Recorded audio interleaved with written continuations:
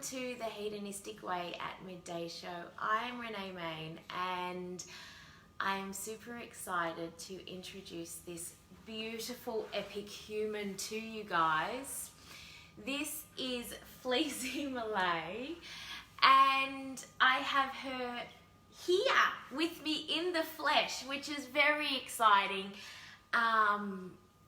So for those of you who don't know Fleassy, she is an incredible poet. I want to say an activist. I don't know whether that's a term that you identify with, but that what just popped into my mind. And she's a coach. She's an incredible speaker. But one of the reasons that I love her so much, and I couldn't wait to introduce you guys to her, was because she is one of the most incredibly aware and awake person that I know on this planet, and it seems to just be innate in her, and where we need to, like a lot of us, myself included, need to be educated and research and do the work. Fleassy just seems to do it so effortlessly, and what is incredible is that she's absolutely always incredibly aligned, and she holds herself in integrity,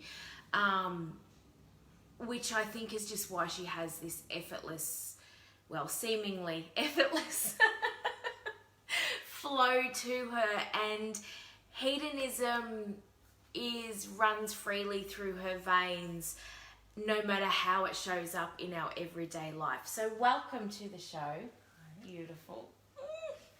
I've taken off my glasses so people can see my eyes, because there was a lot of light shining on me, so I can see you, but I can't actually see that screen. Cool. I'm blind beyond here, so. Awesome. Hi, everybody. Beautiful woman, I want to ask you,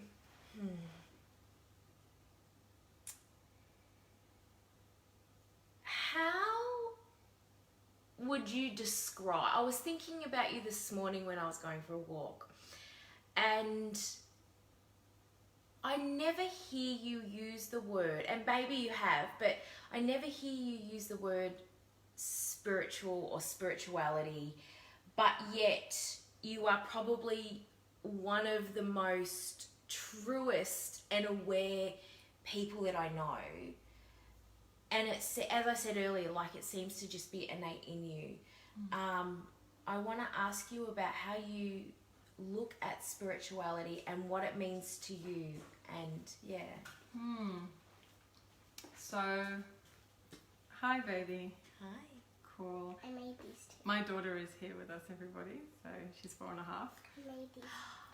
They're beautiful. They're honey. beautiful. Hey Bobby, so we're going to be doing this interview for a bit. Would you be up for just chilling around the back for a bit and giving us some space? Cool. Thanks, beautiful. So spirituality for me, I guess, I'm like, when I'm not connected to my spirit, I'm dead inside. And I'm not connected to a greater sense of something. But for me, I think the term that I use quite often is connection, rather than spirituality. Yes. And I do use the word spirituality, but it's not, also, I come from like council estate England, right? So like, A, England, B, council estate. So like, I'm full of skepticism, I'm full of cynicism, and I'm really aware that other people have that too. So for me, I want to make my work accessible, and I really want to avoid getting lost in the New Age story. Yeah. Because actually, for me, that doesn't. There's so much truth in it, and there's so much beauty in it, but there's also a real lack of shadow, a real lack of harsh truths, a real lack of the groundedness and a capacity to really own, what's going on. Not in everybody, but in the general kind of languaging of it. Yeah. So for me, I think my connection to God. And my connection to my book is called Sex and God. Yeah. My first book became about Sex and God. So definitely, like, a lot of my poetry is about spirit. Yeah. But I think with my coaching work, it's about connection. Like, how do we... To me, spirituality is connection. It's pure connection with myself. It's a really grounded connection with the space around me. And it is from those two places and a connection to the other people in my world around me. And then beyond that, the greater world. And then beyond that, the divine. And that's what, like... People call it tantra, people call it whatever it is they want to call it, but for me it's connection, it's pure connection. And so my whole life purpose is how do I use courage to create connection? How do I you cannot be connected without courage, right? So how do we create connection? How do I create deeper connection with myself, with my audience? How do I help others connect with their audience? And by audience, I don't just mean stage performer style audience. No. I mean like you and me. Yeah. I mean me and myself. When I'm speaking to myself, I'm my own audience. How do I Yes. create that connection? And so for me, spirituality is core for me, but it's not. Yeah, I'm not selling spirituality. Yeah. You know what I mean? I'm not here to sell spirituality to people. Yeah. My spirituality is what drives me Yes. forwards. Yeah. And I think it's what drives everybody on some level, even if they don't realize it. It's that sense of connection. Yeah, absolutely.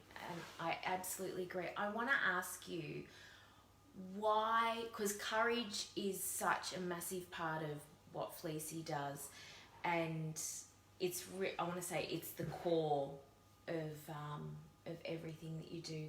Why is that so important that we tap into that you teach that we activate that within us? So I guess for me, like the understanding of what courage is really important in Yeah. that. So if we're going to talk to people about courage, Yeah. so I like Brene Brown's definition of courage, which is to tell the story of yourself with your whole heart. Yes. Yeah. So that means what's going on inside here, what is actually in our core and our spirit, what is in our heart, what is in our deep, integral, like integrity beliefs. Yeah. We wear that outwards. Yes. We share that outwards. Yeah. And what we're living in the world is a world and society built on bravery, which comes from bravado, Yeah. which is the face of fearlessness. No matter what's going on in here, Yes. we will hide that to give a face of fearlessness so we can keep moving through the world. Yeah. And there are all different types of brave faces. There's Yeah. the nice face, there's the angry, there's the controlling, there's whatever these faces are that we wear, right? Yeah. And for me, the reason that courage is so important is because there is absurd levels of mental health disorders. There's absurd levels of suicide going on. There's absurd levels of like massacres, people killing each other. There's othering. There's so much fear between people, Yeah. right? And that all comes from disconnection. Yeah. It all comes from people Absolutely. feeling disconnected to each other, to community, to themselves, to a greater spirit, to a greater sense, right? Yeah. And so then it is actually impossible to connect when we are moving from bravery, Yes. because we're actually hiding what's here. So actually what we're doing is we're letting people connect with a mask. And so we're living in a world where we're all wearing these masks. And one of my students said to me, she did I can't remember which week of it, but she did one of the weeks of my online course, and she went away and she came back the next week and she goes, oh my God, I had this realization, who have I been letting people love? And I've been seeing people who I love, my friends and my family, and I have been allowing them to love somebody that doesn't exist. Yes. Yeah. This mask of Yeah. me, right? Yeah. And so this is why it's important for me, is because when we wear our brave masks, we're creating a sense of disconnection. Yeah. And then it flows on and it eats its way into society, and it eats its way into how we treat each other and how we Yes. treat ourselves and how we feel about ourselves and each other. Yeah. And so for me, courage is integral for connection. Absolutely. I My think glasses back on. I was reading on the weekend that the word courage originates from the word core, and core means heart. Yeah, cool. Yeah. Yeah, yeah. So which Which is Latin. It's the Latin derivative. Yes, Yeah. you tapped on something there, and that's something else that you do so well, and it's something that I really feel like there's a lack of because, as you say, people wearing the masks, and that is being able to share from a space of absolute vulnerability and how we can lead. Because the thing about it is whether we're like showing up to build a business, a service, or create connection, whatever it is, is we often feel like we have to be someone else, and we put that mask on, and we cannot honor anything that is less than joy or happy or anything else. So, but I see you do it, and gateways just open up, you know, and people love you and people follow you, and people, I think that is something that people are curious about within you, is because you are absolutely vulnerable, yet you can absolutely lead. Well, it's because we're hungry for connection. We're hungry for honesty. We've been sold to. Like, I'm 32 and I spent most of my life being sold to. Yeah. Right? By everybody, by friends. Yeah. You know, and this is what we're doing when we wear that mask. It's a manipulation tool, right? Yeah. It's like, I want, because we're so afraid of being seen. Yeah. We're so afraid of rejection. We're so afraid of all these things, right? Yeah. So we create this mask and we go, I know that I want these people to think this thing about me. Yes. I want them to accept me. I want them to think I'm nice, whether that's in business or in friendships or whatever. Yeah. So I'm gonna predict what I think they want to see, which basically involves us creating them to start with. Yeah. So I'm gonna create you, predict what it is that I think you want to see, Yeah. create a mask of myself, wear that out there, so that's what you get, so I can control what you think of me. Yes. Right? Yeah. And that's what we're all doing. It's a lot of work. Yeah. It's a lot of work to be Exhausting. doing. It's absolutely exhausting. And then we get to, like, you know, we get, I mean, I'm so obsessed at the moment with this idea of the nice woman, of wearing the nice mask, right? And so we're getting women getting to their, you know, 30s, 40s, 50s and having breakdowns, what we call breakdowns. Yeah. And no wonder. Yeah. Because we've been told as women to wear these masks our whole life, and we're trying to keep up this appearance without even realizing we're doing it. It's so ingrained in us, we don't even know we're doing it. Yeah. And then at some point, we just can't hold it anymore. No. And we crack and we fall apart. Yeah. And what happens to every woman who I've seen go through that is they hit bottom and they hit hard. Yeah. And then they go, who the fuck am I? Yeah. Who am I? Yeah. And then they rise up again. Yeah. And they don't wear that mask anymore. And this is where we get our elders who are just like, I don't have time for the bullshit. Yeah. And they're real and they're and people like them for that reason, you know, because they're not gonna wear fake masks for people. Yeah.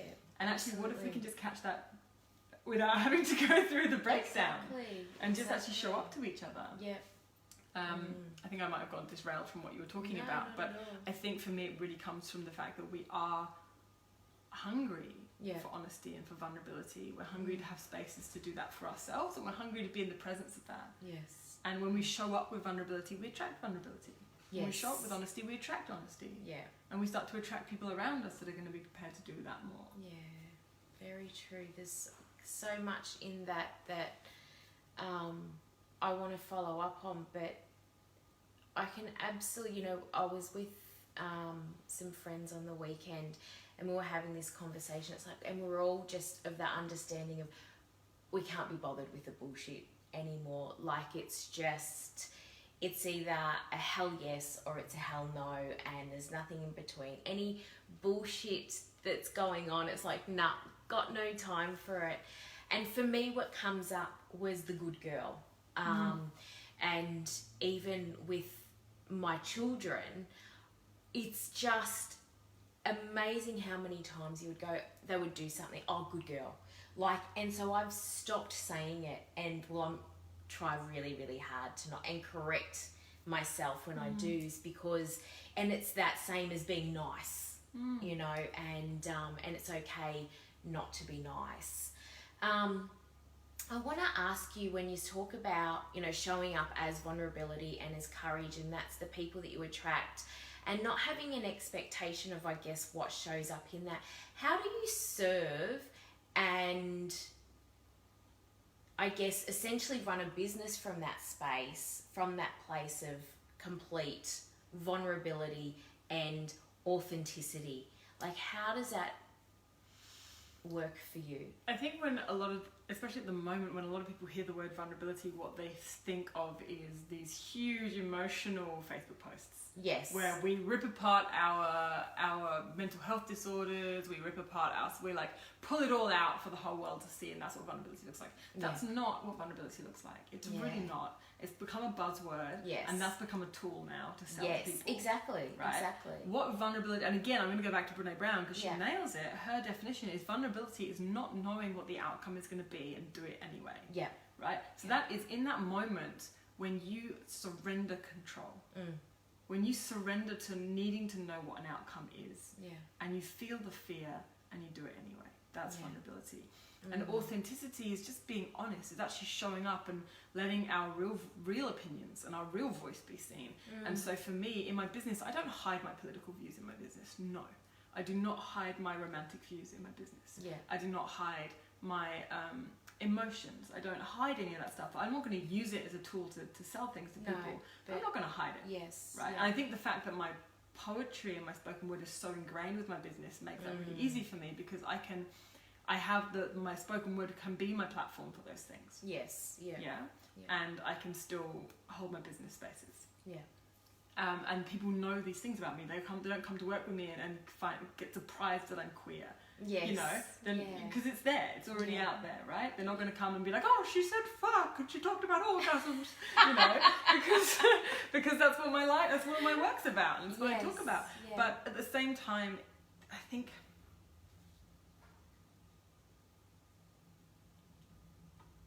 being vulnerable and being authentic, it doesn't involve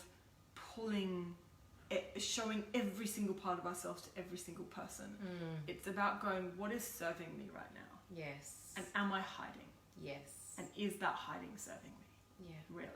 Yeah. So like if I go to the shops and someone says to me, like behind the counter, "Oh, how's your day?"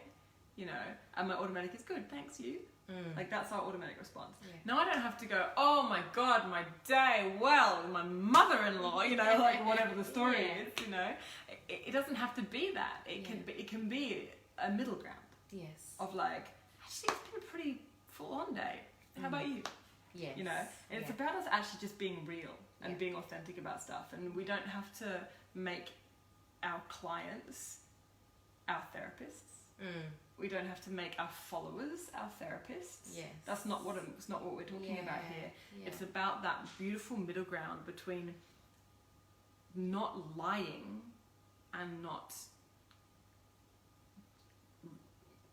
vomiting all of our stuff out in the world. Like, what is that? Where's that middle ground where I can actually just be honestly myself and have safe, contained spaces for the parts of myself that need to be seen?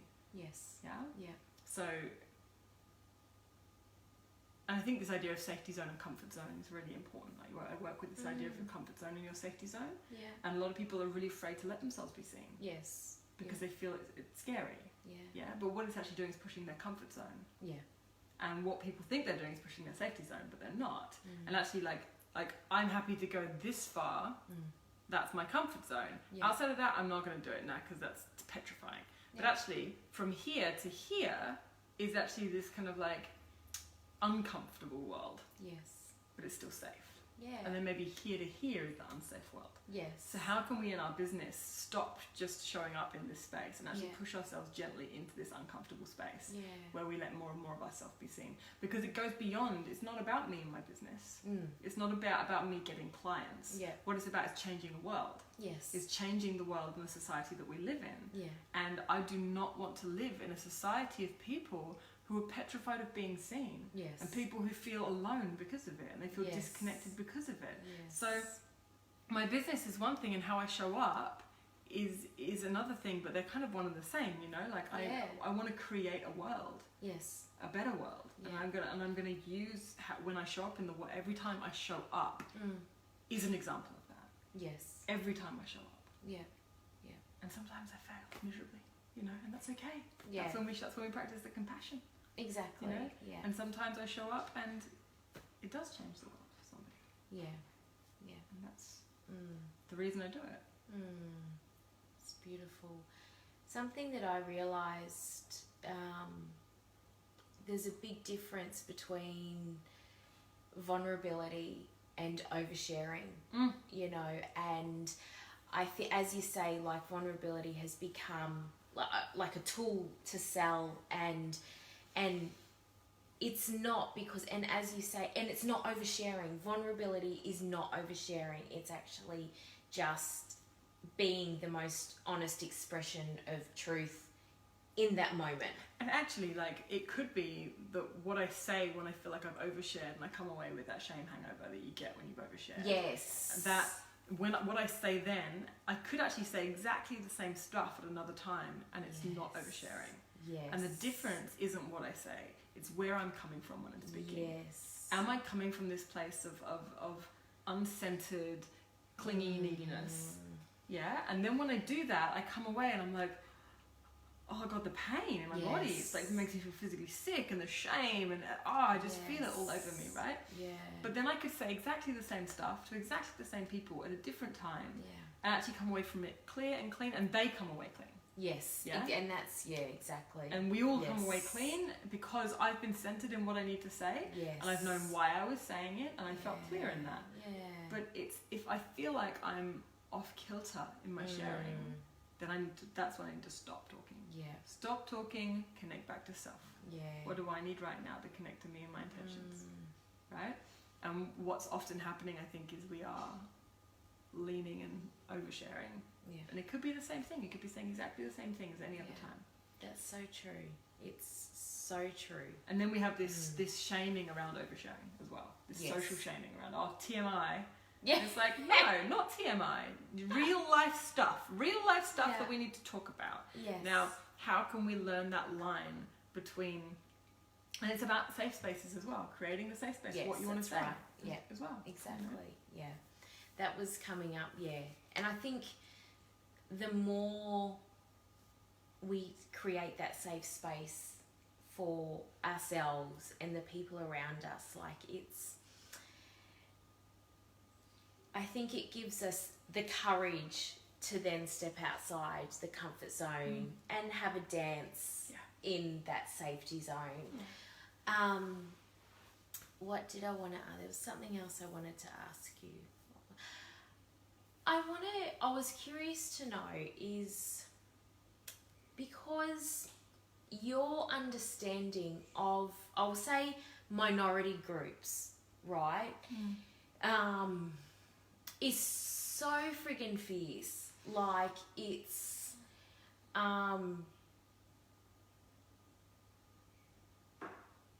what do I want to ask you?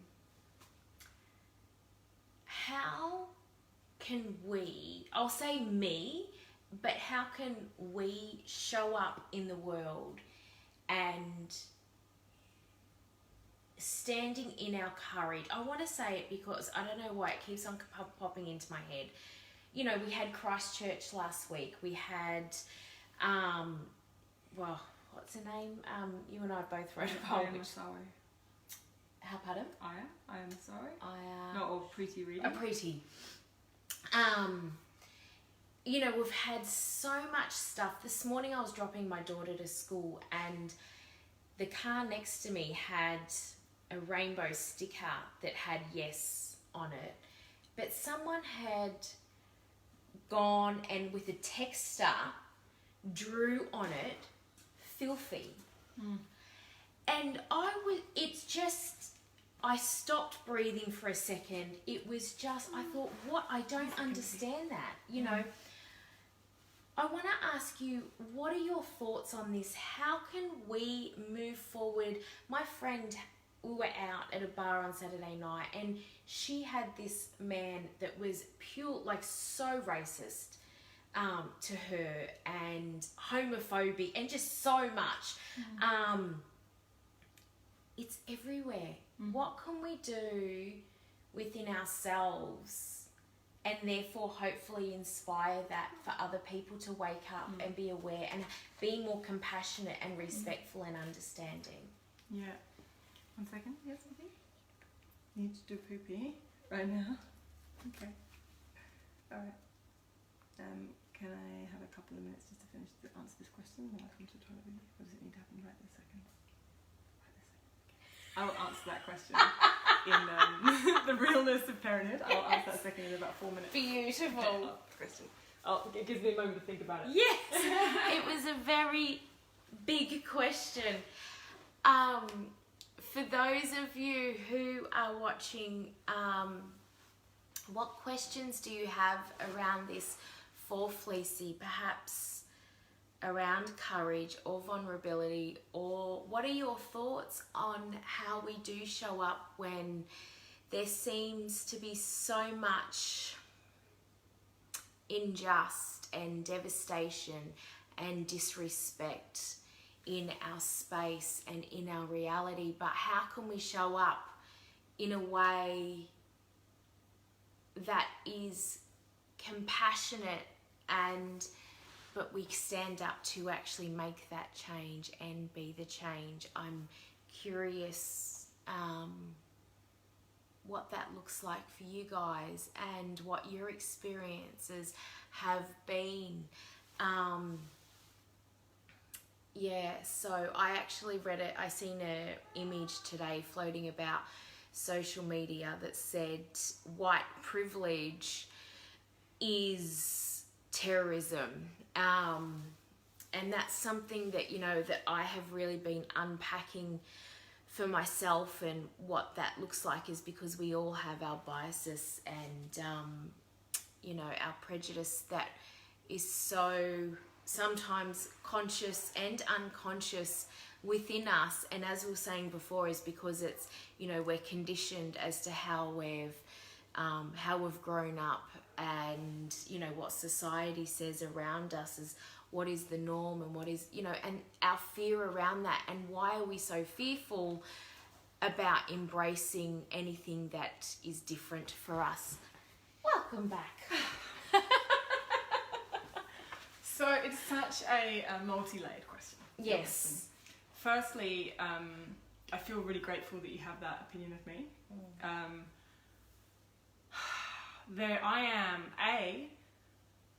I am learning all the time. Yeah. Especially when it comes to minority issues that I'm not personally connected to. Yeah. For example, racial stuff, right? Yeah. Yeah. So one side of it, I guess, for me, is that I have an understanding of what it is to be marginalised. Yeah. Because I'm a woman. Yes. And I'm a queer woman. Yeah. Right? But I also understand that I have a privilege. And understanding what my privileges are. I'm a white woman who comes from a certain level of wealth compared to globally, Yes. Yeah. And I have an education, right? Yes. So there's so much. I think I am in an extra privileged position because I actually understand two different sides of the story. Yeah. Right? Yeah. So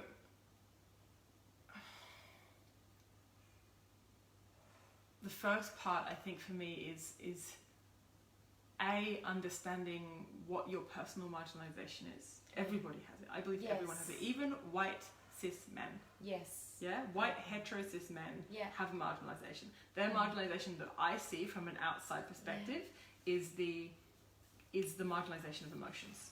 Yes. Yeah? Absolutely. Of like being told that they cannot have emotions and feelings. Yeah. Right? Yeah. So every single person has something about them to some extreme which has been marginalized. So we have an understanding of a place where we have not felt seen, we have not felt heard, and we have not felt like we belong. Yeah. Right? Yeah. And then the extra element of marginalization is the danger. Yeah. Yeah? It's the fear and the danger that comes with that. Yeah. What happens if I am seen and heard? So I guess for me, the first thing that I do is place whatever thing I'm looking at, I place it against my own personal story. So if I was to flip this racial thing into a queer thing, if I was to flip this story into a queer story, how would that make me feel? Right? And then flip it also going like, what can I not see straight up? What if I opened up my mind and thought about it in a different way to considering the upbringing that I've had? Yes. Right? Knowing that I will make mistakes, that I will say things that will upset people, and I do, and say things that upset people. But a lot of, especially white hetero people who are living in the white hetero story, won't speak up and say things because they're afraid they will upset people. Yes. Yeah. Right? Yeah. And I understand, because we don't want to upset people. Yes. So it's this line between educating ourselves and still showing up. Absolutely. Because silence is so much worse. Yes. It's so much worse. Yeah. Right? So I would rather someone step forward to me and make some kind of gender slur, or make some kind of sexuality slur at me in an effort to try and make something better. And this isn't for everybody. I know this isn't everybody's story, but for me personally, if I can see that their intention is they're trying to learn, and then they say something, and then when they're corrected, they go, oh, thanks for letting me know. Yes. Yeah, thank you. Yeah. And then they change. Yes. And we grow. Yes. Right? Yeah. And this is one of the reasons, and again, it totally depends on who you're talking to, because I have friends who are just so tired of being the ones to teach people. Yes. And being the ones that have to deal with those slurs. Yes. Right? Yeah. So it's not everybody's story. Yeah. But for me personally, my belief is silence is, especially in scenarios like with what happened in Christchurch, Yes. with what happened with Preeti Reedy, with what happened with I Masawe, with what happened with, La Chol, with all of these women, for me, that have been destroyed, and all these acts of, it's acts of fear. Yeah. Right? It's acts of fear. Yeah. And fear comes from lack of understanding. Yes. And fear comes from disconnection. Lack of understanding comes from disconnection. Yeah. And so when somebody says something that is racist in front of me, or sexist in front of me, or is or has homophobia in front of me, if I stay silent, I say it's okay for you to say that. Yeah. That's me saying it's okay. Exactly. And if I do that in front of my kid, then I Yes. tell my kid that what that person said is okay to say. Exactly. And that's what I won't have anymore. Yeah. I won't have that. Yeah. And so I don't speak up for every issue. Yeah. I don't speak up all the time Yeah. because I need to be careful with what I say, because there are people who are carrying serious trauma. Yeah. And if I say the wrong thing, I could make that worse. Yes. But I educate myself. Yeah. I listen. I listened to before I spoke anything about this, I looked and I read what my Muslim friends were saying on Facebook. Yeah. And I heard their story. Yes. And I made sure that I included their story in my understanding of it. Yes. And then I stepped forward. Yeah. Yeah? Yeah. And I think and that's something that I'm having to learn, because I'm a gung-ho human, right? Yes. I step forward and I just say what I want to say, and Yes. it's got me into so much trouble. So for me, it's about stop, listen, learn, speak. Yes. Yeah? And Yeah. bring it into my integrity with each time. And as long as I'm prepared to really question what I said, and prepared to be told that I'm wrong. Yes. Prepared to have someone come to me and go, actually, Fleassy, what you said there was not okay. Yeah. And me not then go, what do you mean I'm a good person? Yes, that's Yeah? right. Yeah. And I think, like, absolutely. even as a queer woman, I still get called out on saying things Yeah. on LGBTQI issues that are not right to say like that. Yeah. I'm like, because the world is changing so fast. Yes. Yeah, Yeah? that's right. And so I think for me, for people out there who want to start stepping up in that sphere, who want to be more honest, Yeah. because actually when we're not speaking up about that stuff, when we're going silent in those moments, we're not encouraged. We're in fear. We're living in fear about that stuff, and we're That's actually right. continuing to enable a culture that we don't want to keep seeing anymore. Yeah, exactly. Which means we're then wearing shame on ourselves as well. So it's actually not good for us to stay silent in those moments. Yeah. So for those people, I'd say just have compassion with yourself for a start. We're all learning, but do some work to educate yourself. Like, take some time to watch things and to I wouldn't necessarily then just go contact one of my friends who is trans, or contact one of my friends who is a woman of colour and be like, hey, can you tell me about this stuff? Because they might not want to do that either.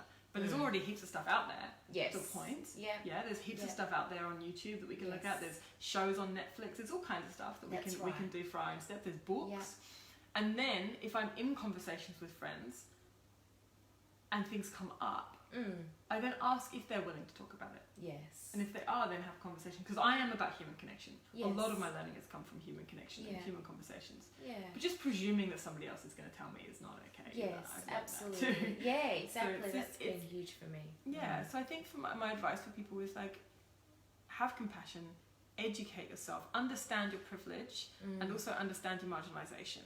And when you can understand those two sides, you can actually have a bit of compassion for both sides of the story. Yeah. And then don't be silent just out of fear of looking like an idiot. Yeah. Because we are idiots. Yes. There's this one of my favourite teachers that I've ever worked with, Jonathan Kay. He's a fool. He teaches fooling. Yeah. And he said this thing to me. He said, only a fool would be honest on stage.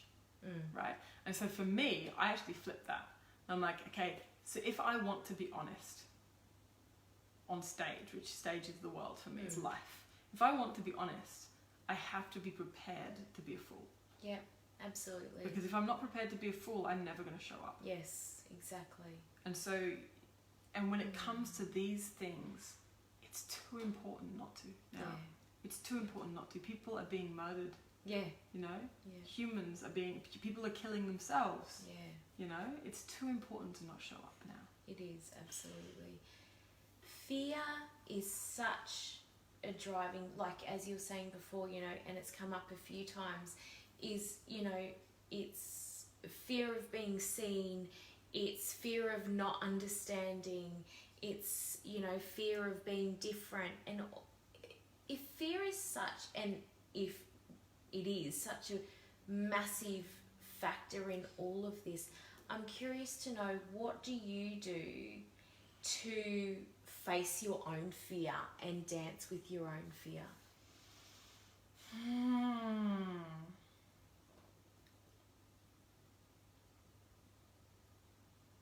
Knowing when I'm sabotaging myself, knowing when I'm hiding from fear is a big one. Yeah. I spent a lot of my, like, it's always been a thing of mine to push into my fear. Yeah. Always has. Yeah. And from like my teens, I can remember myself doing that. But fear is so connected to vulnerability, right? What we're afraid of is an outcome that we don't understand. Yes. And vulnerability is to not know what the outcome is going to be and do it anyway. Yeah. Right? Yeah. And so really being prepared to be vulnerable, it goes back to vulnerability and safety zone and comfort zone. Yeah. Right? Every time. Yeah. So if you're afraid of something, like, so if there is a situation, if we're going to go back to this scenario of like speaking up, and I'm on a tram, let's say, and there's some guy on the tram, and he is clearly maybe under an influence of something, or he's acting violent, and he starts making sexist comments. Is it, for me as a queer woman, is it going to be safe for me to speak up? It might be. It might not be. Okay. Maybe I need to talk to some people around me and be like, hey, I'm not feeling comfortable with this guy. If I speak up, could you have my back? Yes. Right? Yeah. But then also it might be that I'm not in a mental health place where I can do it. And that's okay too. Yeah. Right? Yeah. And so it's really about creating our safety zones and our comfort zones with this stuff, and going, you know, like, yes, I'm afraid, but what am I afraid of? Yeah. And is that actually a risk? And what is the greater risk of not speaking up right now? Yeah. And if we take it from these big things into like personal stuff, like, I've never made a live Facebook, say I have, but if somebody had never done a Facebook Live before about their business or their passion, okay, the fear is, what if I look like an idiot? What if I don't know what I'm doing? So the fears that I work with a lot in my work with people who are speaking is things like, who am I to impose myself on these people? Who am I to think I have any qualifications to speak about this stuff in the first place? And these are actually my 3 shame stories. They're not other people's, these are mine. And the third one is, one day somebody's going to find out that I'm faking it, that I'm blagging it all. Right? And so these 3, like, if you're talking about doing like a Facebook Live, which is a different type of vulnerability to speaking to somebody on a tram who's being violent. I then go, okay, so what are the actual risks of me doing a Facebook Live? Maybe it is that my family will see something about me that I don't want them to know. Okay, can I do my Facebook Live in a group that my family doesn't access? Right. Secondly then, okay, so is there, the risk is that people won't like my business. Then you're doing the wrong, then great. Then either they're not your customers, they're not your target market, or you're in the wrong business. You know, like, it's only ever going to come from learning. And so there are certain levels of holding ourselves back out of fear that is actually just sabotage. It's self-sabotage. It's keeping ourselves small. And as women, I don't know whether it's mostly women that you're speaking to, but as women, we have been brought up to keep ourselves small. We have been socially ingrained to keep ourselves small, to keep our voices small, to keep ourselves small. And so when we challenge that, we're not just challenging our own fear. We're challenging hundreds of years of imprinting, of social imprinting and personal imprinting to speak up in those spaces. So if it's scary, of course it is. Of course it's scary. And the question is then, is it more of a risk of me to speak or to stay quiet? Right? And for me, it got to a point where actually staying quiet was doing way more damage. Yeah. And I did this whole piece of writing about the fear of being burned. So if we step up and we say something, what if we get burned? Yeah. What if we get lynched? These are all terms that we use. She got burned at the stake, she got lynched. The reason those words exist is because it actually would happen to people. Right. Yes. Right? Yeah. And so when we go to speak, we get these flashes of all these women in the past who've spoken up and been lynched and been burned, and we go, oh, I'm going to be quiet. Yeah. Because it's actually and this is something that really hit me recently. It is the silence of our great-grandmothers that kept us alive. Yeah. Right? If our great-great-grandmothers were not silenced, were not quiet, then they risked their life, then we maybe wouldn't exist now. Yeah. So actually, that silence was a tool that actually really served us at one point. But does it serve us now? Yeah. And it probably doesn't. Really, yeah. And so for me, it's like, okay, so am I going to get burned at the stake? Am I going to get lynched? Metaphorically or physically? Yeah. Yeah? And what happens is we stay quiet, but then what happens is this stuff burns us from the inside out. Yeah? We hold in these stories. We hold in these stories. Yeah. And they burn us from the inside out. And so it's okay, so what point does it serve us? Yeah. No, does it no longer serve us to stay silent? Yes. And if we need to speak, and it depends completely what you're talking about. If you're talking about abuse and you need to speak about it, we find the safety zone and comfort zone of that is very different to talking about a business idea that you have. And it's very different to talking about politics. Yeah. You know, there are all these different places. There's not one set of rules of where comfort zone ends and where safety zone ends. No, that's There right. isn't. Yeah. It's about in this situation right now, what is going to serve me? Where is my safety zone? Where is my comfort zone? Yeah. There's so much about what you just said that I love, and it's something that, to give voice to that and a completely new perspective about understanding your safety zone and how we can actually potentially collaborate with others to make us feel safe. Or there's just, oh gosh, my mind is just going a gazillion miles an hour at everything that you just said. I want to know, you know, you're talking about, you know, potential ways about how we sabotage ourselves and staying silent. How do you know when, for example, if we stay silent, or maybe we might isolate ourselves, how do we know when it is what we need and potentially us sabotaging ourselves? God, that's the big question, isn't it? How do we know? How do we know when we're self-sabotaging?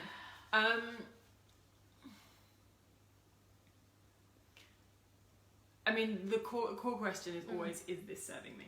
Yeah. Is staying silent right now serving me? Yeah.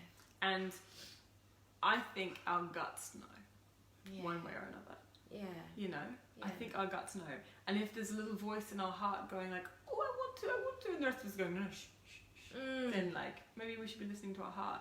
Yes. But because we're talking about such different scenarios, there really is no way to know. Yeah. But I think that it's about beginning the inquiry, Yes. beginning to question it with ourselves, Yeah. and beginning to become familiar. So I know in my body when I am feeling afraid of something and trying to get control of a situation and acting from a place of reaction, Yes. right? And I've learnt that because I learned what happens in my body. Yeah. And that is like heart rate goes up, brain starts running really fast, opinions scatter, like I have physical things that happen in my body when I feel like that's happening to me. Yes. Yeah.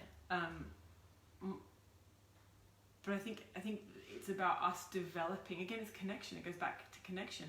Can I really develop that relationship with myself over time? It's not just like a here are the rules, read them, now you know what to do. Yeah. It's a relationship that we have to build with ourselves. Yes. Yes. About this stuff, like how prepared am I to do the work? Yes. How prepared am I to fail?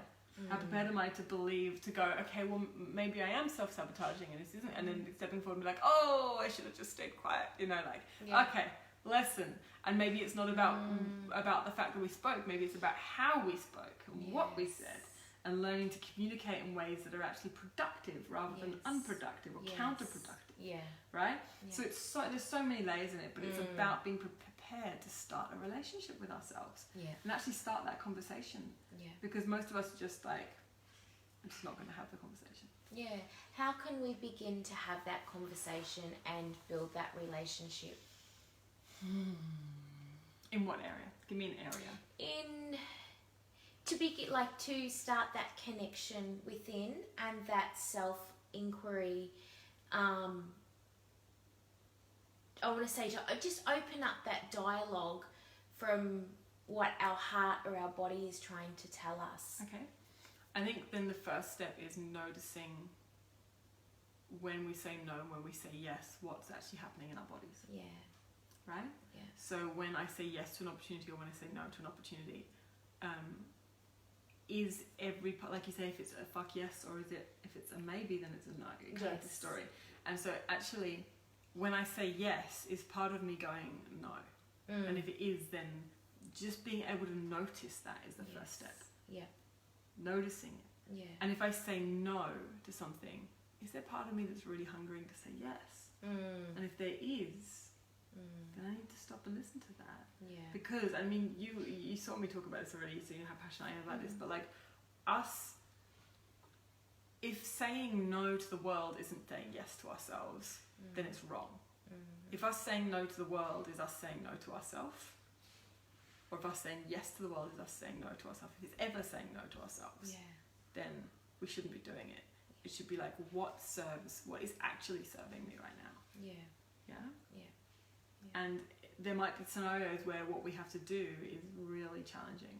And we're like, I don't know if this is really going to serve me. For example, if you're around the dinner table with your family, we're going to go back to the political stuff, and someone starts making homophobic comics. Yeah. Right? Yeah. Oh my god, if I say this, if I speak up, this could cause all kinds of drama between me and my family. It's not worth it. Okay? But is it not worth it in the long run? That's right, yeah. Is it not worth it in the long run when every time you sit at that dinner table you have that same feeling with yourself? Yeah.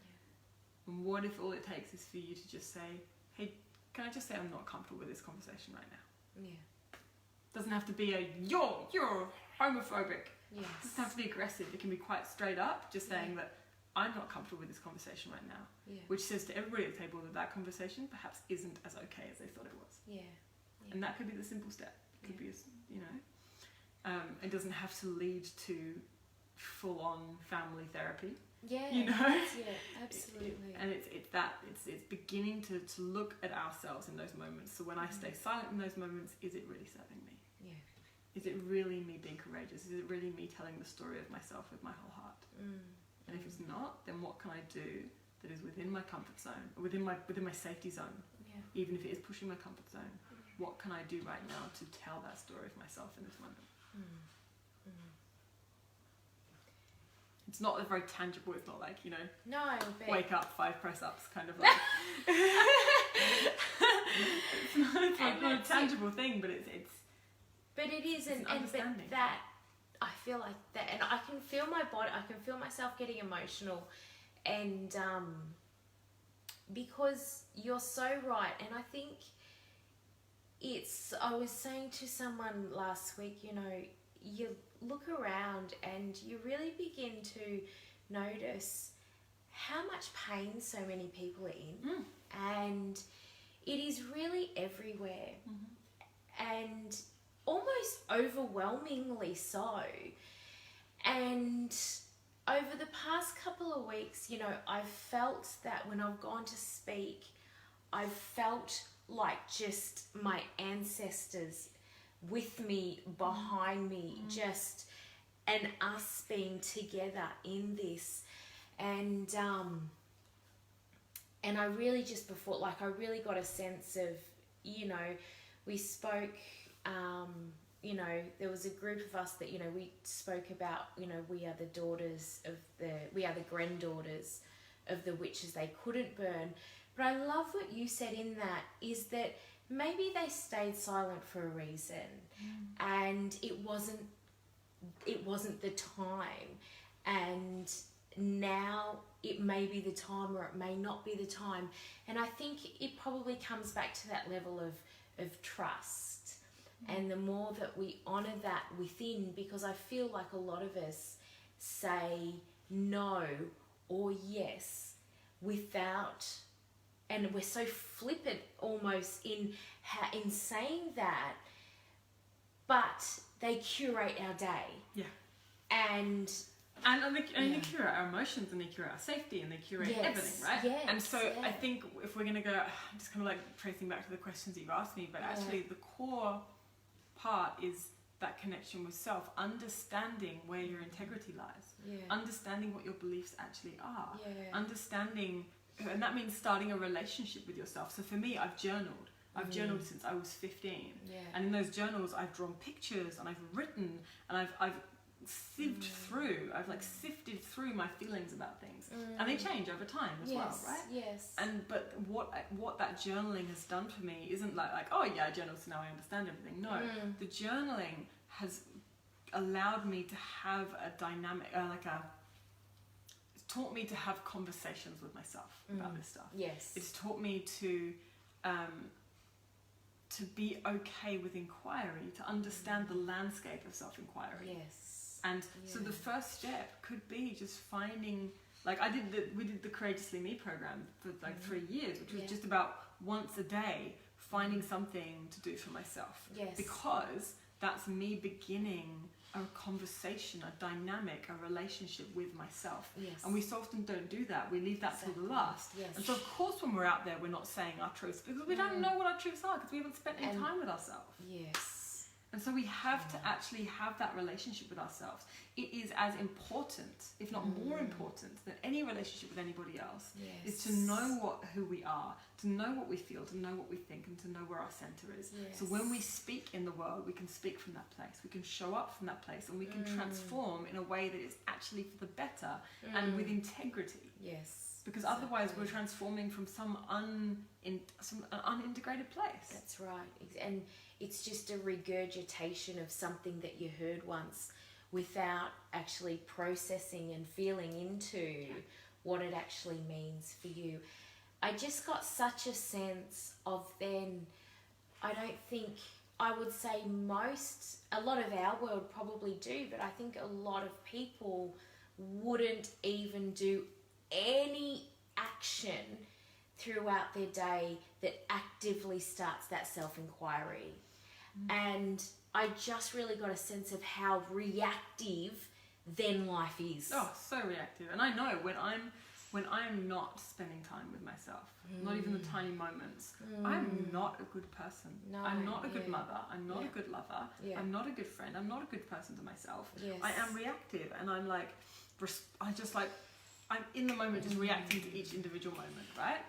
And it means I say things aren't actually what I believe deeply. Yeah.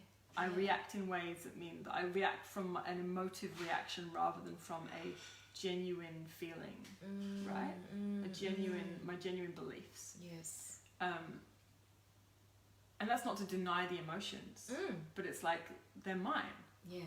Can I sit with them rather than throw them out there? Yes. You know? Yeah. And so it really is like, and for me, like, I mean, when I came out of having given birth, I had postnatal depression, right? Yeah. I see now that my body was probably very depleted in other ways as well. Yeah. And so I really was very reactive and really struggled to know who I was. And back then, doing something for myself was as simple as like making a cup of tea for myself. Yeah. Or stopping and looking at a flower. Yeah. Or taking a moment to just take one big breath when no one else was around. The tiny moments. They could have been the only thing that day was me taking that one breath. Yeah. But it started a relationship.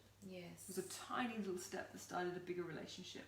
That means now I'm like, okay, maybe I need to go spend the afternoon in the park. Yes. Right? Yeah. And sometimes I still don't do that. Yeah. And I see its effect on me. Yes. And I see its effect on my life. Yeah. Around me. Yeah. And it's a practice. This is like, this is why I say it's not like just like, here's your 3 steps instructions, now you know how to do it. Because it's like yoga. Yeah. You know?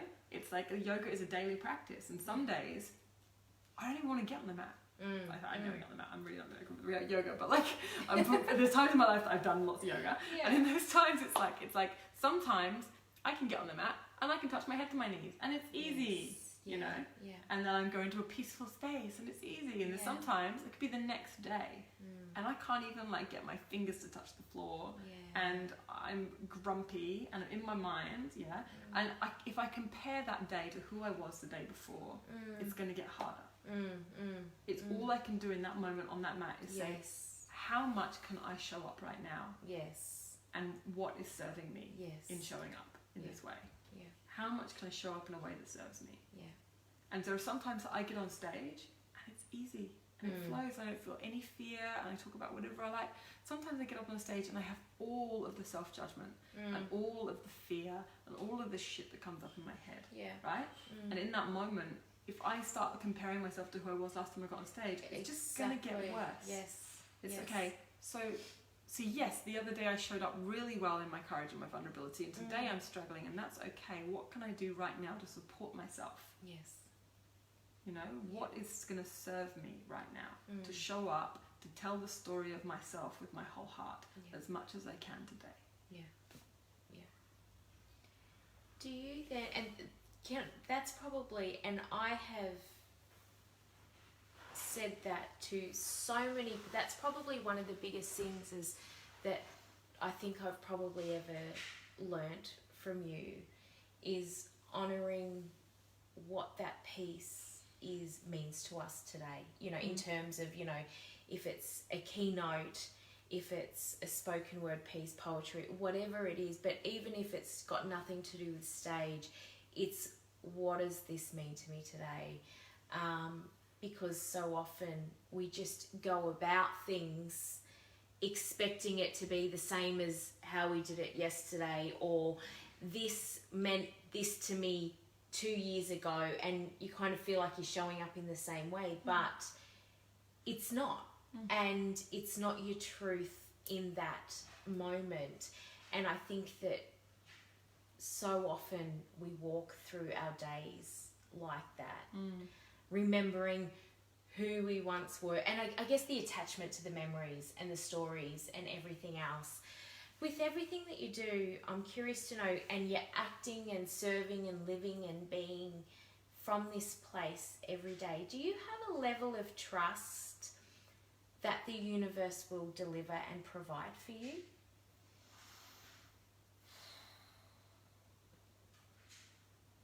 Yes and no. Yeah. On one level, on multiple levels, there's a yes. There's a yes because I have put myself in situations in my life that risked my safety massively. Yeah. I spent years living on lots of streets. I've put myself in so many edgy scenarios, right? In my habit of facing my fears, right? Yeah. But I'm still here. Yeah. Okay, so what does it mean when the universe hasn't got me? What does that look like? Me dying? On one level, I also understood and have always understood this concept that I remember when I went traveling on my own across the world, and I left with very little money, and just was like, nah, it's going to be fine. And people were like, you're stupid. I'm like, actually, I'm privileged to the point of if I was stuck in a country, as long as I could get to a phone, I know someone would help me out. Yeah, that's right. Yeah. And that's something, I guess I have that knowing in me. Yes, yeah. But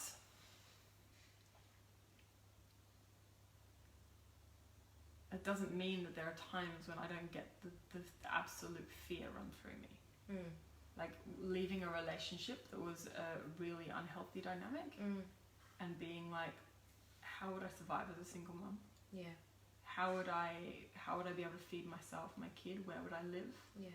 You know, this sort of stuff. Yeah. Yeah, I fear that the universe hasn't got me. Yeah. But that's the brain, you know, trying to protect us, trying to keep us safe. Yeah. So it's knowing again, like going, okay, well, actually, can I bring this back to safety zone and comfort zone? Yeah. Will I actually? How likely is it that me and my daughter would end up cold and shivering on the street with nothing to eat? And actually, in the situation that I'm in, pretty unlikely because I've got friends who I can stay with. Yes. You know, there's always going to be something. There's something there that could catch me. Yeah. And so I think that on one level, yeah, I think I have a real belief that the universe has me, or that I have the capacity to catch myself. Yes. Yeah. Yeah, it's one of the two. Yeah. Like, I trust that I'm not going to put myself in a scenario that pushes my safety zone. So as long as I'm happy to push my comfort zone, the universe has got me. Yeah. If I'm going to test the universe Yeah. continuously, Yeah. there might be a day, like if I'm putting my head inside the lion's mouth, Yeah. there's going to be the day the universe is going to go, well, fuck you, Yeah. you know? And maybe I'll get my head bitten off.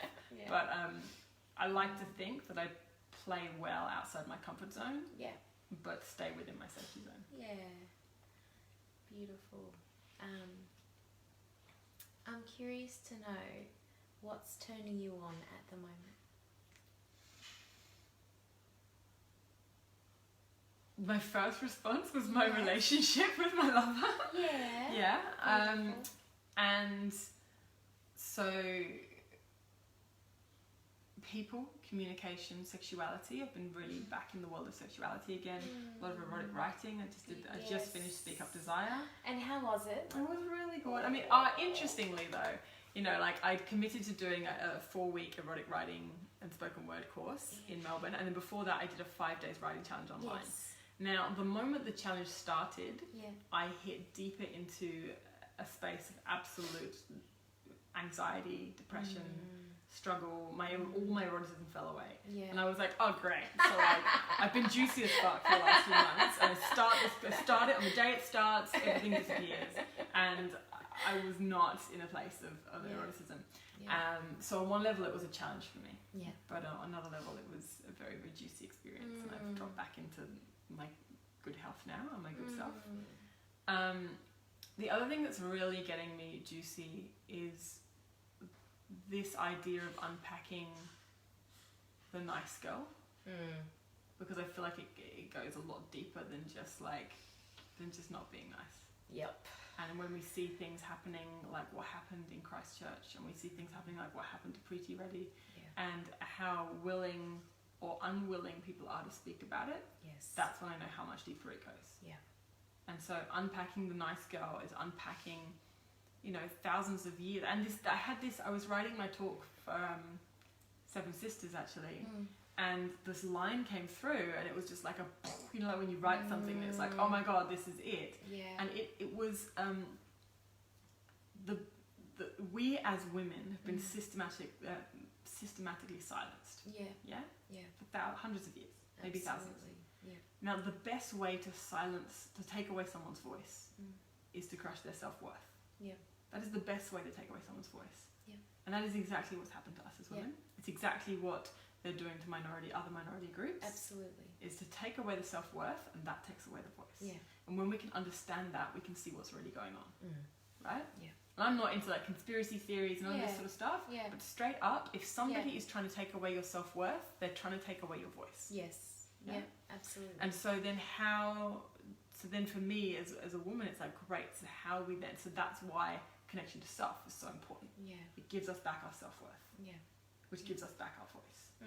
And when I look at the amount of women that I've had to unpack Nice Girl with, including myself, it's pretty much every woman I've ever met. Absolutely. Yeah? Absolutely. And that's what gets me juicy now, is like, okay, so how can I help myself and any other woman? How can we help each other unpack this bullshit nice story Yeah. and actually show up honestly with kindness, with compassion, with fierceness, with anger, with all of it, in a way that is centered and strong and not wavering and based on and coming from a place of lack of self-worth. Beautiful. I think it's such important work, and the nice girl and good girl is just, it's just rife. It's just been this deep seated, silent, that river runs frigging deep. Like so deep, and I've been unpacking that, you know, probably actually since I did Speak. That was my first spoken word piece when I did your Speak Up course. And we worked on Nice Girl quite a bit together. Yeah. And I feel like there's new layers of that you know, coming through for all of us all the time, which is really nice to be able to unpack and that explore that wild woman and that angry woman and that all of these parts of myself that have been suppressed. But what's beautiful is that I can teach my daughters a new way, and that feels like such a privilege. I said in my mum's eulogy, you know, I said, thank you for doing the work, you know. It wasn't for nothing, you know. We were learning and we were listening, and you know, and I really feel like you know, every link is a link in the ancestral lineage, but I really feel between a really clear distinction between breaking the cycle between mum and myself in terms of how we show up and how we dance with our fear.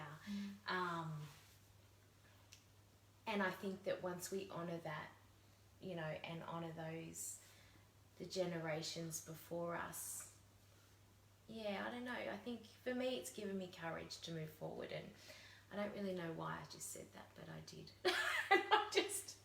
Well, because it goes back to the silence of it is the silence of those before us and it's like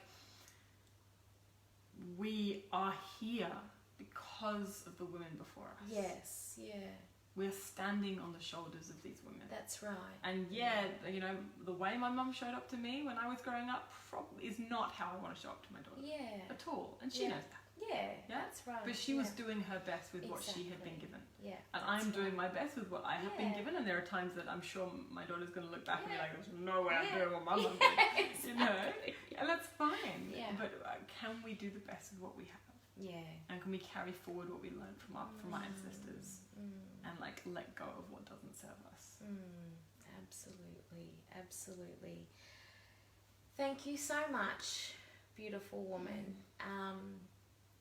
Every conversation with Fleassy is just incredible, and we never know what's going to come up and what we're going to talk about, but it's always just that level of trust that it's perfect. But I just want to thank you for everything that you do personally, that in every way that you've supported, helped, guided in ways that you probably know and don't know, but for every single person, because how you show up in this world, if we could just not clone you, but clone your awareness and your honouring of yourself and all of humanity, I think that you're doing important work, and so thank you so much. Don't stop, ever. ever. But I wish you all the success in the world, because I think that we're in new territory now, and you're going to create such a magnificent and grand change to the world, and you already are, and you already have. But thank you for your courage and your vulnerability and everything that you do. I encourage all of you to... Fleassy's always doing something amazing, and her work is accessible to everybody,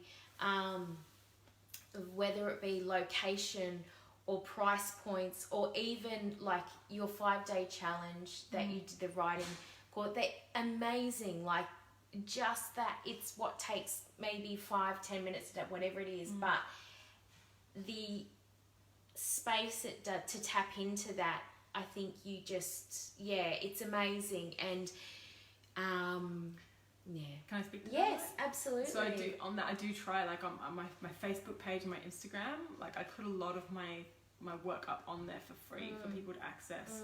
I do try and make challenges that are like tiny little minuscule ones, but then I also do have the programs like Rise, which is an online program, and the next one starts April the 18th. Beautiful. And that is about this work. How do we bring our voices out into the world more fully? And that can be whether you're going to be on stage or whether you're interpersonally wanting to connect. And so, yeah, really, if you want to access my work and there's something and you're not sure whether or not it's going to work for you, reach out and talk to me and find a way, whether it's financially or time-wise or whatever, and I'll see what is out there, what it is out there in my offerings that could work for you. And we can find a way to make things work. Yeah, absolutely. And I don't ever really, you know, I'm very selective about who I let into my space and who I trust to guide me.